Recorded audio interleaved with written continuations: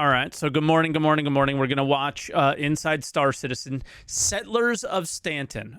This is something that everybody from the Montreal team has been doing like super, super cool, unique and different stuff for Star Citizen. I think that they've really added this interesting element, and this is the next step of what they've been doing. I hope it's really good. We'll have to see. Let's see what we got.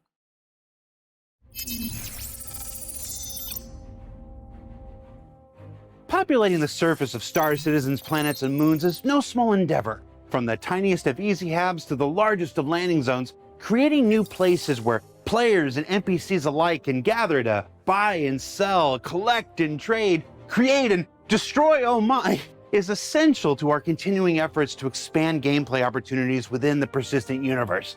And with the upcoming Alpha 320, members of the Montreal Sandbox team are doing just that with the newest edition of Derelict Settlements. I think the big thing is they call them settlements. It's not a little outposts anymore. Settlements. Since the last time we talked about these derelict settlements, we've been progressing quite well. We started with maybe one settlement last time we spoke, and now we're up to about 15 fully fleshed settlements with a unique look, narrative, 15. and theme around them. The longest part is just finding a theme and then scouting these really epic locations throughout the maps, throughout the planets. And then we try and match the theme. Okay, what theme fits with this location? You could see there's Ninetales at these locations. Say we're looking at cool mountaintops with really nice vistas, cool sunsets that are like on the side of a lake or a river, or just a little like a water source on the top of the Alps with like snow and everything. So we come up with these themes, and then we come up on the side with these really cool locations, and then we just like, okay, what can we match together? Let's find a cool name with them, and how do we make these unique settlements? You could easy see yourself like spend your life with your wife or your husband or whoever you want to play with, and just take it easy. The thing is these locations aren't for us though to do that. But what I think that they do successfully is that they show what we could have in the future with our own settlements, maybe, is that's the thing that I think is somewhat exciting by this. But all I've seen so far is another location that's hand placed that I can barely interact with, that has some NPCs there to kill or a box to pick up. Like, basically, just more salad dressing on a bad tasting salad, right? So until and I think if you combine this with maybe what we're seeing the mission team doing, like adding more variety to what's going on, it might spice these things up. But I think what these types of videos like hit for us is that we want to own that. We want to be there. We want that to be our location. And like even he's selling it there to us in that way, and we're unable to have that, right?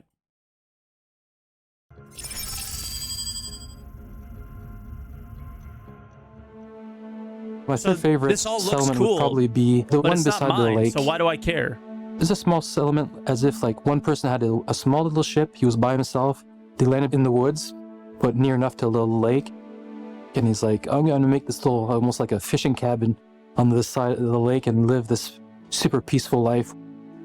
It has a few little habs that are just like basically for shelter, for like shaded areas where they maybe has a little workbench or a little table that they're making like crafting elements. He also built like a little dock so he can like maybe fish there at night. I can't get over this, dude. Okay. Canadians and their what are they called? Cottages. They literally, the first thing they showed is a cottage at the lake. That's so funny. Because I'm a big hockey fan, and all the hockey players have their cottage, their Canadian cottage, right? He planted a couple little. This is the first thing that he does as well along the coast of the water.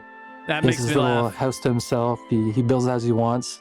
Maybe players can come and visit, but it's like jealous. a really absolutely social kind of I would small die for little settlement little where lake I could definitely cottage. see myself living if I crash my ship. That's what I would probably do. Just make my one little shack and build a little dock and just He wants his little look at cottage. the sunsets at night, kind of thing.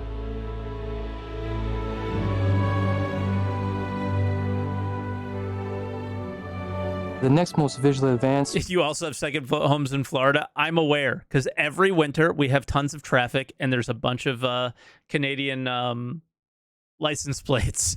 One we nicknamed it Cable City. There's a lot of wires, so they connect a lot of the solar panels, the windmills to all their habs. It's like overlooking this really cool lake down below. So we thought like it'd be a good idea to bring like the humidity aspect into it. So the terrain, we tried to make it a bit more muddier. We had like tracks of vehicles that went by. The terrain is just a lot more worked, a lot more detailed. But it's Hurston. So it just makes it feel like, yeah, the people are working there, or there's vehicles going by on a daily basis. They're probably scavenging like a ship that's nearby. We haven't really placed a ship for that one, but like it just story tells really well. Yeah, this a really badass vista with the clouds and the lake and the fog that lifts up in the morning. It's just a really nice one that came together super quick and super well. So I'd say that one is probably the second most fleshed out that I really enjoy, really like. Great locations equal gameplay. Again, going back to if it's yours, if you own it, yes. So if there's no doubt in my mind, if they ever pull it off where we're making our own outposts, if you choose the location and it looks awesome, then it's absolutely gameplay. To me personally, is building your little outpost on that vista, on that thing that you want. But they still have to pull this off. They keep showing it to us as if it could be ours, but it's not. It's, again, this super placed, completely, almost nearly uninteractable location, right? So once we can kind of make it our own and choose where we want to go, I do think the location actually does matter. From a visual standpoint, but also maybe like close to something important, stuff like that. The kit and all our object containers have been growing exponentially, which is making our work a lot faster. We're a bit more efficient, and we can use our Rastar tool to populate these settlements a lot quicker. We're building these kits as we go, so like every new settlement or every new theme that we find that we're missing little elements for like pathways, some visual keys that makes them a little bit more unique. So as we go, we're increasing the size of the kit because we keep adding a couple more per settlement. As these settlements grow, we get to also share with the new settlements that come in. So we're able to do really small settlements, but also go into these really, really large settlements where it's almost like fortresses or small villages. Now we have some that are like fully fortified. We have added gameplay like where we can play King of the Hill. We got other ones with like turrets, defense. That looks like that game. What was it called? Where it was in the desert, but they were boats that ran. That game was amazing. It just gives me vibes of that game.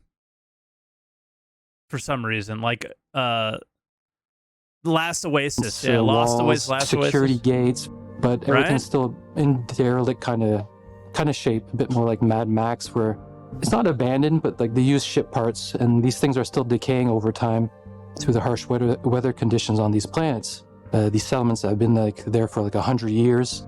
Others that maybe the spaceship just crashed and like they just started building a village for the last couple of years. Some people would make something that's a bit more fortified to defend against nature and all the elements. Maybe some people would make like a bar just to invite their friends over, expecting to be rescued soon enough, I guess, or within the next several years. So we have like a bunch of farms, we have greenhouses. Oh, that's cool. We can have like hostile, and we can have also just social settlements now with a lot more assets to play with. My favorite settlement or outpost that we've created so far is the one deep in the forest. We nicknamed it like Ewok Village. Basically, you crash in the forest, so you're using all like what's around you, the elements. So there's a bit of lumber. So we're bringing a bit more organic feel to this settlement. I like that. I could definitely see myself building a nice little town in there that's nice and protected. It has these little half barricaded walls made out of lumber. And it has all these drapes, these fabrics, these tarps that are playing in the wind. You have these old windmills that are in the background with fields of crops that they grew, but also it's a bit of like overgrown vegetation at the same time because it's not like lined up perfectly. It's just like it's just like the thing that I have such a hard time with this is I love the enthusiasm. I love how excited they are, and I love the work. It's so good looking, but they're sharing their picture with you. They're sharing their painting with you. They're not sharing the game to us in this video, right? And that's okay, because I think we need like the set dressing first to allow for the gameplay to pop into it. But this is something I always struggle with Star Citizen as the time goes on, is I get less and less excited about these like awesome locations because they are cool looking. And I am way more excited by like the little intricacies of the new missions that we have now or whatever, right? Is that's what I'm excited for. But there's no doubt in my mind that this video is not like exciting me for the possibility of being able to do something like this myself. I personally wouldn't do like these derelict looking settlements. They're not my favorite style or whatever. Whatever we saw, the more industrial ones from a sprint report like a long time ago where there was like a little refinery or something, those were more up, my style as far as what they've shown so far. But I feel bad for these guys because, again, I look at this stuff and I'm like, there they go, Star Citizening again, This little savage garden that you can pick some berries to survive or whatever. You have these big greenhouses during the winter season that you can actually grow stuff. You can also use these as harvestables. The player can I skip to the ship sale, please? Who cares about settlements? And just pick some things and add it to his inventory. And we really customized the art direction for each angle. So when the player approaches the settlement, we really have like either a big ship carcass that you can actually like go through, and then it showcases like the whole settlement to the player's eyes. And on the other side, it just shows like different elements and different little hubs in the areas. So like, okay, this is the farming side of the village. This is the more like the town hall or like this little bar side. They have like really nice paths that are developed. When there's mud, we put like little metal plates and panels so that the player, like, you can tell like it's clearly a path. And we define the main player paths, so it's a lot easier for the players to navigate, find like the lootables. So it just feels a lot more alive, this one, because we spend a bit more time.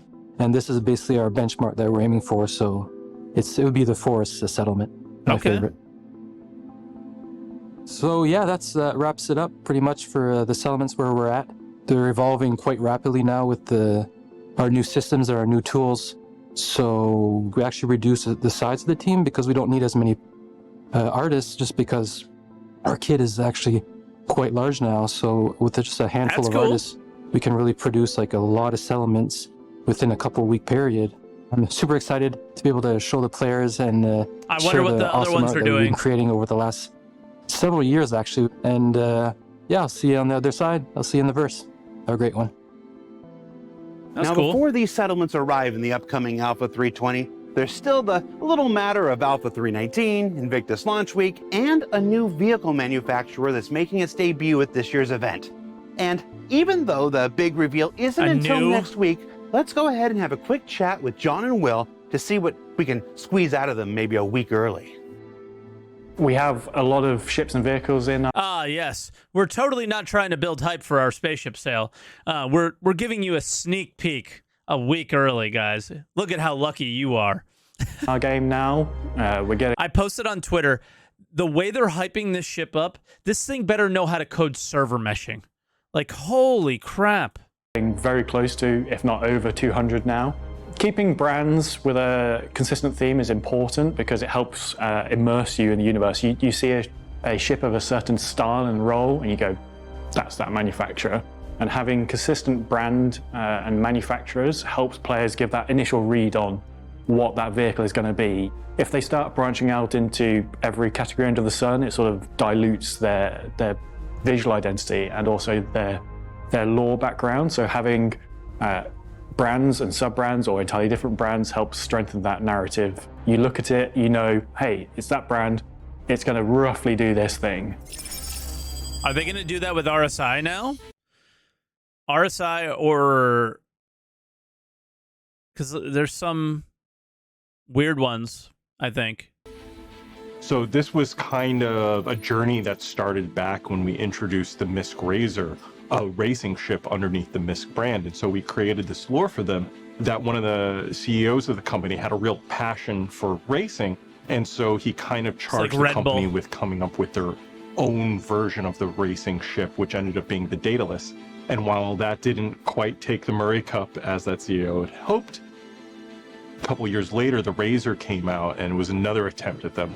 The company itself was so excited and charged by the creativity that came out of developing the Razor, especially when paired with their groundbreaking Xi'an technology sharing program. They created a new division in the company, Mirai, pushing the aesthetics and the devotion to quality that Misk is known for into bold new directions. Mirai is essentially a performance brand, and performance is quite a wide-ranging category. So not only do you have things like racers come under performance, but also more militarized and very obviously military-focused ships as well. So I'm so lost by that. What does that even mean? Like, there's no real-world reference to something like this. It's just straight up, hey, guys, we don't want to dilute the brand, but this brand can literally do everything. Like, what? I'm so confused. It's the Lexus to Toyota? Is it, though? Like, there's no... Like, Toyota has TRD. This would be TRD, or AMG for Mercedes. But those are specifically focused on racing. They're not making military things also. Right? So it's like... That's the part that I'm confused by. Is like, I totally see like performance, like Alpine for Renault, yeah. But they don't do the military side of things. So it's like this weird, like we want to sell more military stuff. And then it's like, I feel like that they had the ship before they did all this. And now they're trying to like fill in the gaps. But yeah, what about Saab? Yeah, maybe Saab, but I don't even know. I'm not aware of these things, so maybe that's what the part you see it more as Skunk Works. Okay, but the Skunk Works with the racing part, I don't know. I would have left the Razor out of it. Is that the part that I'm maybe like losing a little bit? I think I would have left the Razor out of the scenario and just made this new brand that was high perform. I don't know. I don't like it though. It's weird to me. Maybe because I like Misk and I want things to stay. I don't know. while Mirai might have gotten its start in racing, that's not going to be where it stops. There's a lot of possibilities for where we can take this brand in the future. In introducing Mirai as a brand, it also gives us the opportunity to look back at the existing lineup of Misk ships and reevaluate whether they do still make sense to be in that brand or move to the new Mirai sub-brand.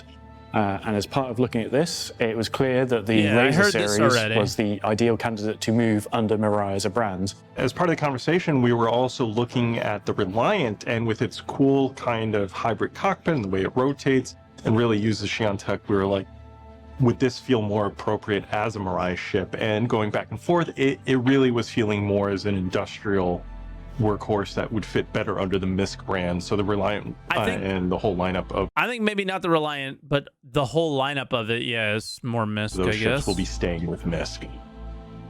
What kind of excites me about Mirai as a brand is this idea. We've seen this kind of blending of human and Xi'an technology already in Misk, and one of their charges is going to be taking it even farther. So the idea of the human ship designers looking at this Xi'an tech and saying, where can we take this? So it'll be really exciting to see what directions Mirai can take the grounding that Misk has provided them and take it even farther.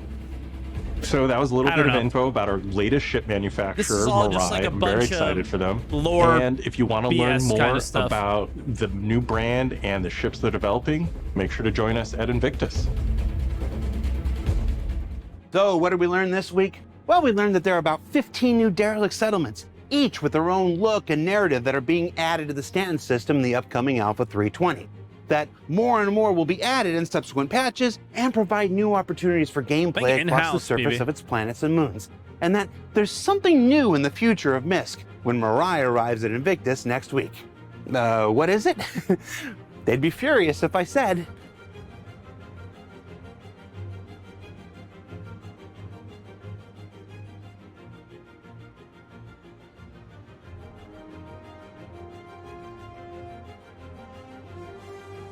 It looks like a turret with an engine strapped on it, dude. But kind of like a TIE fighter at the same time. It's definitely Xi'an. This could have been a Xi'an ship. For Inside Star Citizen, I'm Jared Huckabee. Thanks for exploring the process of game development with us, and we'll see you all here next week. What part of it is Misk? None of it, and I think that's why they made a new brand. So, and then they were like, well, we got to move the racing ship over here too, and then they sold it in this lore example. I just know that the guys that work there, especially like John Carew and others, are definitely way involved in like the racing world, so they're aware of how all that stuff works. But it's just from the outside, I was like, what is this? This is super weird. There seems to be a little bit still, maybe at the end. I don't know. Or is it just the usual?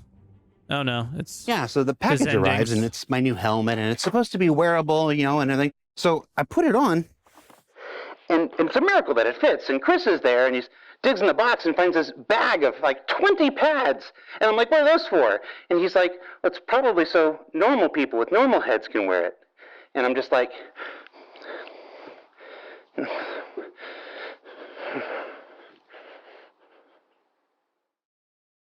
Okay. Jared has a big head confirmed. Yeah.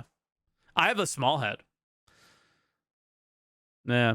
I had to get like a special for in college when I played baseball. I had to get a special like hat sizing that just like wasn't there. I think I was 7 1/8.